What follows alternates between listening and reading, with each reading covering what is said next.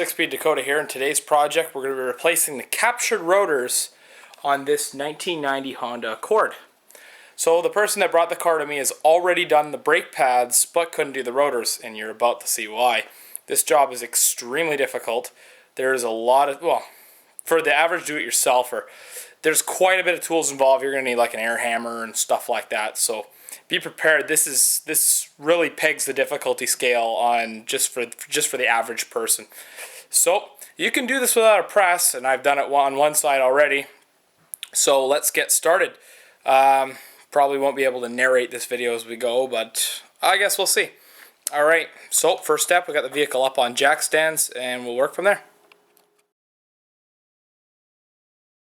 Okay, so step one, we gotta get the wheel off.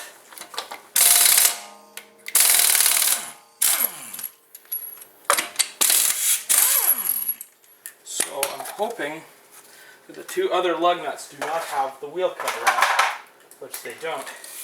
So now what we have to do is we have to lift the vehicle back up and take it off the jack stand.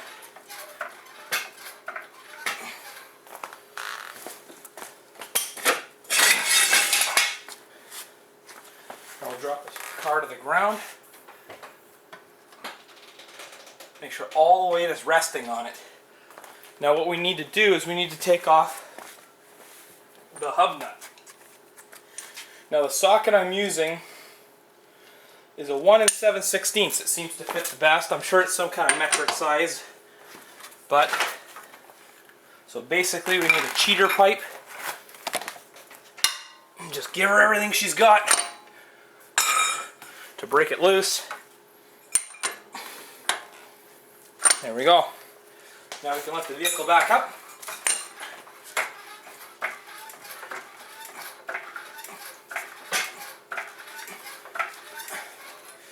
Put the jack stand back underneath.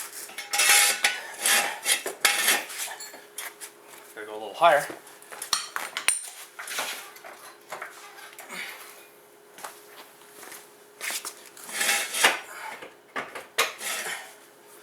And then lower it back down, make sure that it's safe. Okay. So now we can continue taking the wheel off.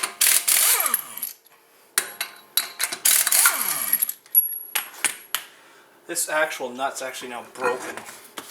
This car's old. I'm sure that nut's been off more than once.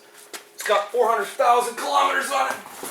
There's grease all in the wheel, so maybe we got a bad ball joint in here or something. But I guess we'll find out. Yeah, definitely have a cracked boot on that ball joint. I'll have to advise them of it when we get a broken bolt up here. So, to start with, turn the wheel all the way to the outside. Oh my God. This guy doesn't screw around when it comes to keeping these bolts nice and tight.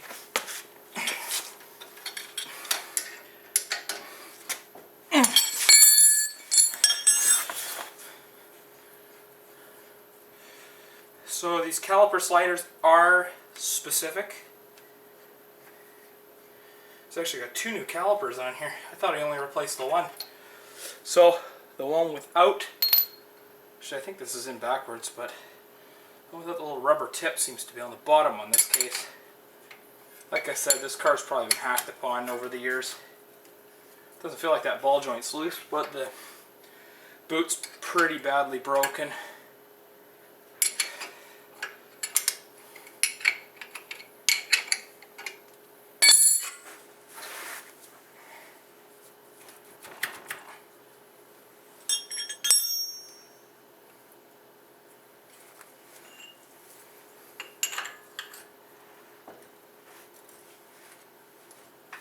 Pull the caliper a bit to loosen it.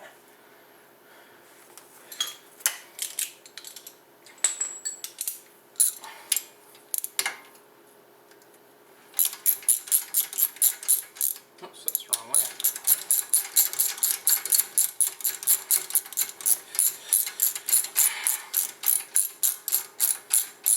I don't know if somebody can enlighten me why that thing has a rubber tip on the end of it, that would be great.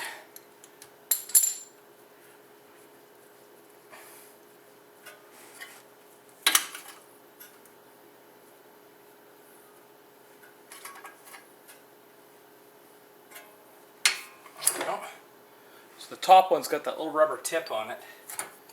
So now I can pull the caliper off. But for right now, what I'm going to do is I'm going to remove these two 10mm bolts right here on the steering knuckle.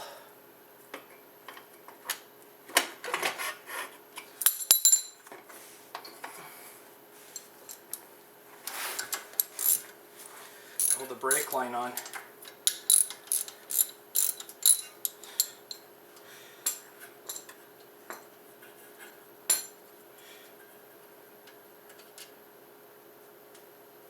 Now there are 4 bolts like this, and there's 2 longer and 2 shorter. The 2 longer ones go down on here. The 2 shorter ones go up and hold this little ball joint cover on. One of them is actually broken in this case. Can't say that I'm really surprised. This car's old and got a lot of miles on it. It's got 400,000 kilometers, or in US speak, that's about 240,000 miles. I know I'm breaking rules, but I don't care right now. Okay, caliper mounting bracket, next step. And same thing, they're 17mm. And I'm guessing that these are probably on a ridiculously tight fashion.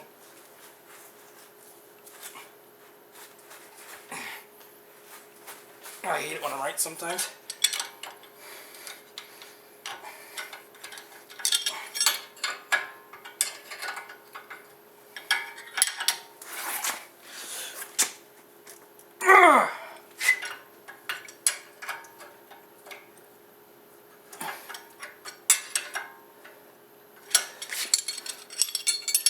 Jeez, this guy doesn't mess around when it comes to tightening this stuff on.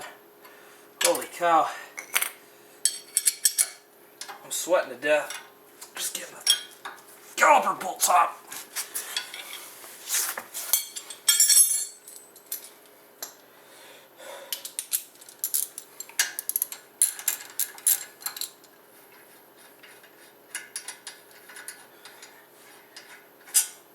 So remember to loosen both before removing.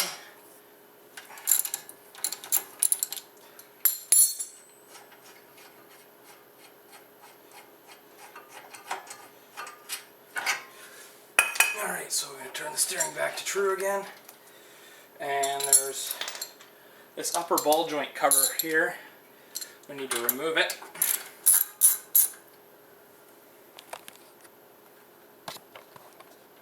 There we go. So this upper ball joint cover here, we need to remove it.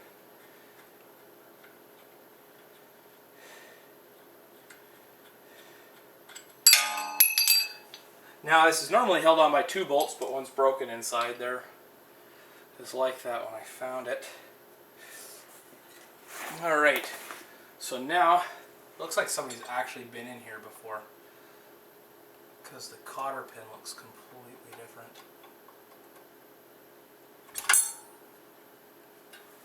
Okay, so now for the tie rod and the...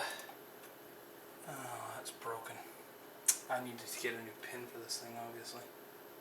This looks like a piece of a nail or something. And actually, so does this thing. It looks like an old staple. So somebody's been doing a hack job on these, obviously. The other side had proper cotter pins in it. If you're doing this kind of thing, please stop. Use a proper cotter pin. This stuff's going to get you killed. This looks like a construction nail or something.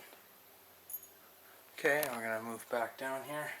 Now underneath, now this looks like an actual cotter pin.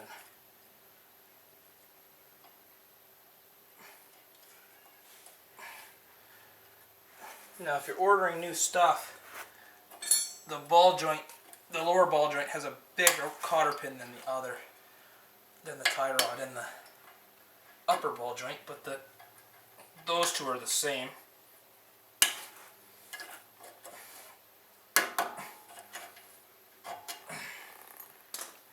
There we go.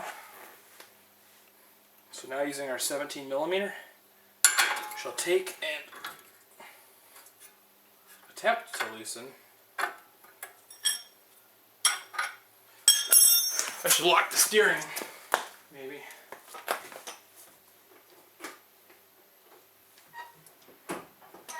Like that. I don't have to worry about our steering knuckle taking off. So remove the tie rod nut.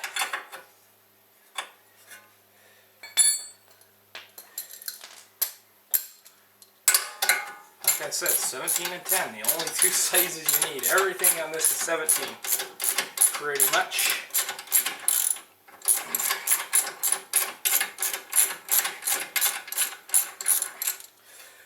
Now, we're going to take I think the Hammer of Asgard is on the other side, so I'm going to leave that for now. We'll just loosen everything off. So same thing, top ball joint is also 17 millimeter. So once you get it loose, zip it off.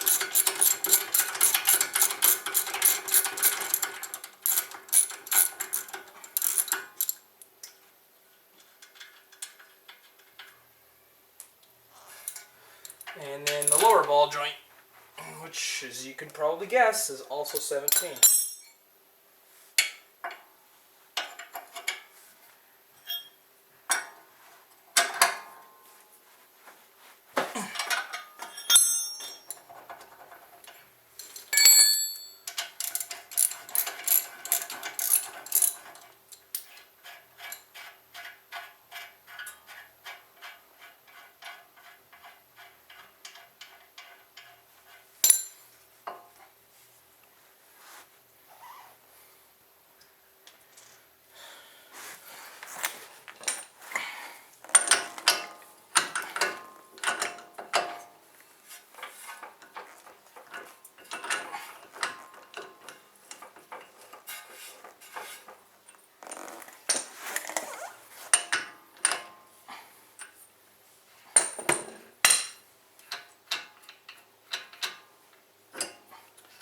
Give it a good push, make sure the CV axle slides through.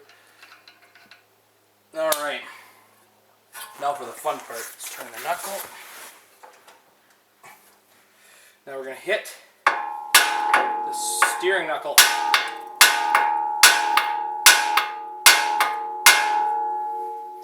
Where the tie rod goes through, it should just pop loose. I doubt I'm going to get so lucky on this one, but I guess we'll find out. Don't hit the ball joint threads, by the way. Hope I didn't hit them, or I'm going to be in real deep doo-doo.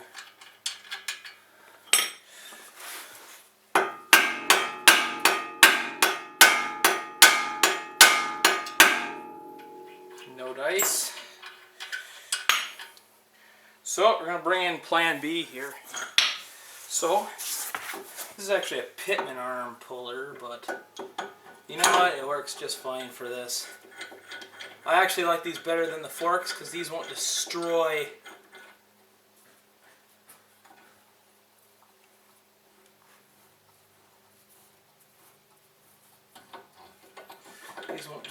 the threads on the boots, sorry. And it is, okay, so this is actually a 3/4. There we go, just pops right loose. I don't think that this thing's going to work as nicely on the bottom one, but we could always give it a shot. I actually had to use a fork on the other side. Like I said, I love these things because they don't destroy the boots on them like they do on like the forks do. But I think we might have to resort to a fork.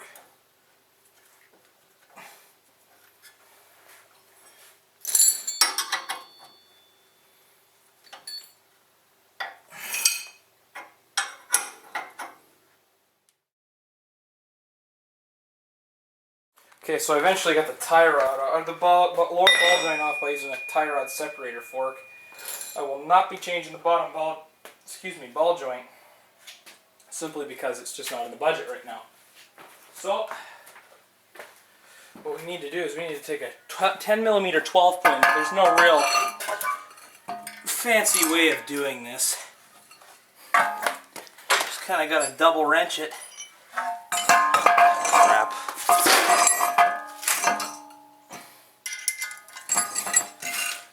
And hold it down somehow until you break it free. Fuck, that's so tight. I really don't like this job. This car has fought and fought and fought the entire day. Loosen that guy off. I'm actually using the end of my jack handle, believe it or not. Yeah!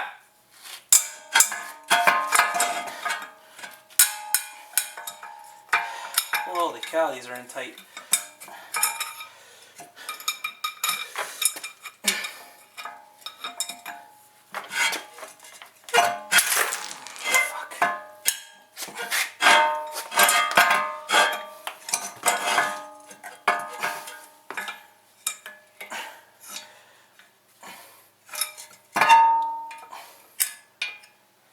Oh, look at my legs, nice and dirty.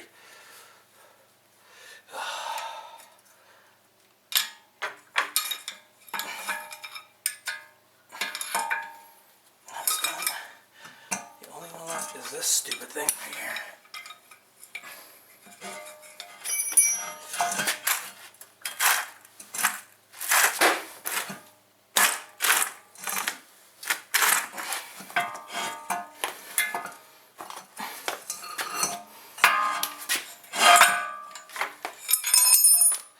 We go from the other side? I don't know. Fuck. I just want this job to be over.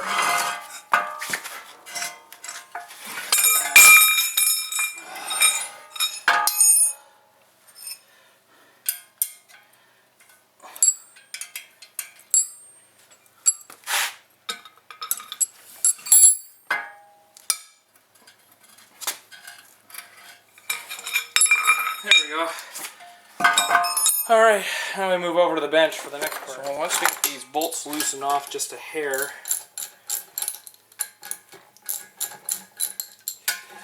make sure you're wearing some sort of hearing protection because this is about to get real loud.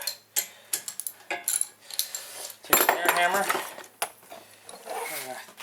get it right on the bolt head.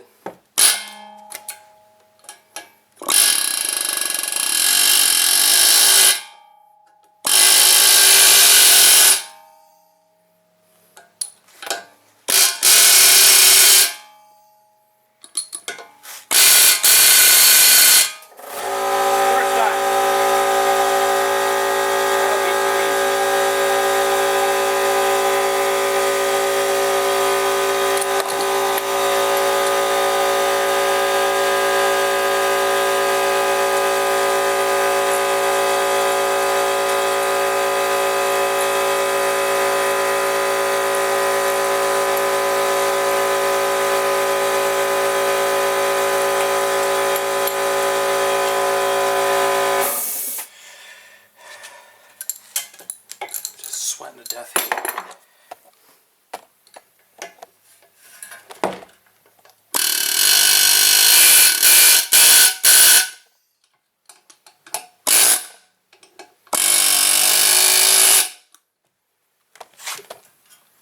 I believe it is moving.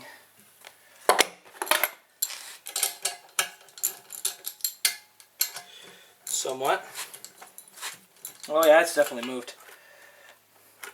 The trick is getting it going. And then once you got it moving, it's just fine.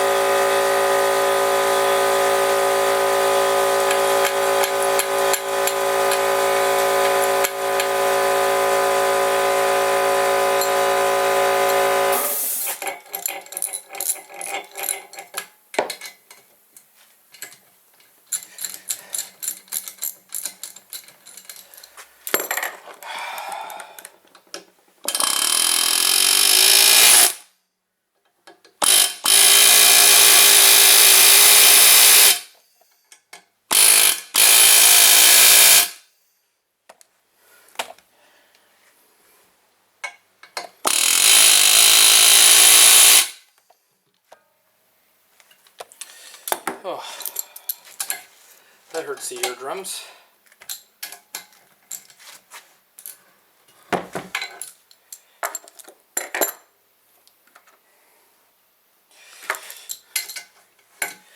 So once you got it started, this job sucks, just in case you didn't know.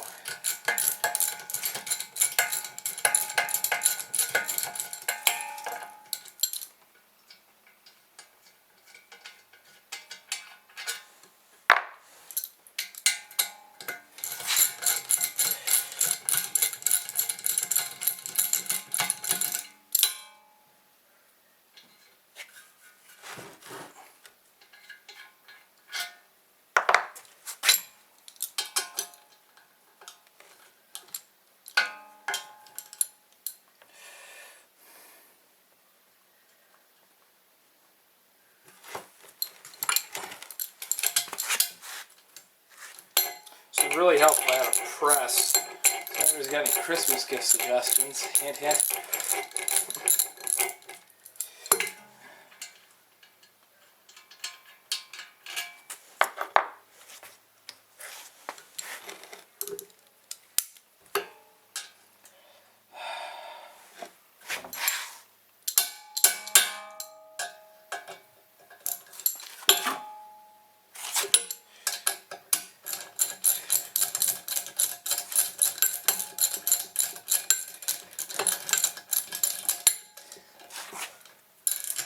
Ugh.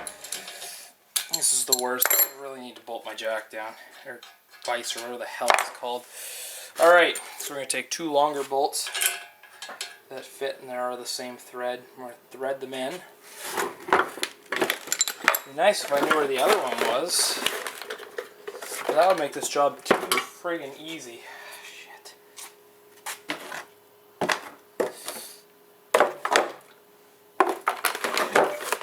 There it is.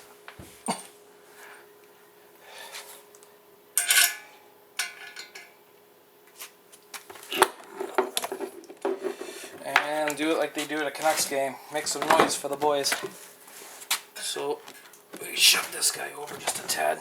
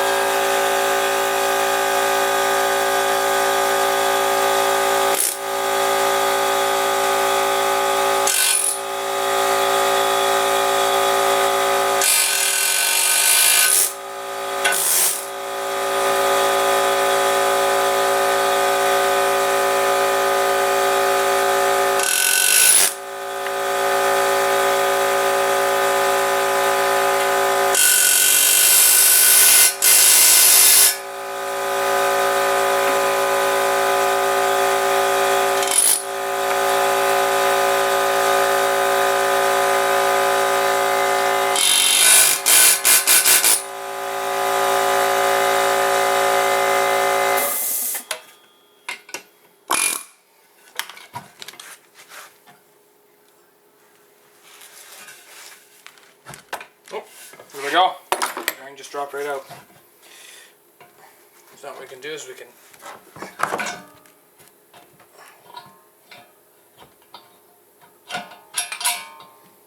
remove the bolts. I said remove the bolts.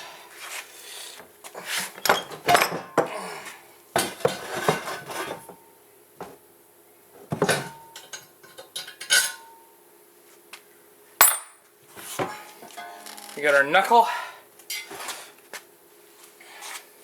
And if we look over here on the bench, we remove all our crap. We have our prize. Alright, so here's our prize. And how we finish getting these off take this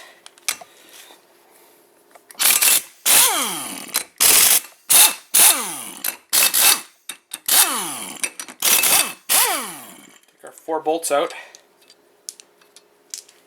then the rotor should just drop right off the hub. Kind of like that. Like I said, that would be too easy.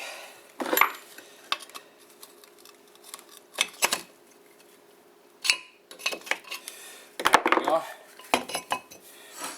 So now on the back side we just need to slip it out.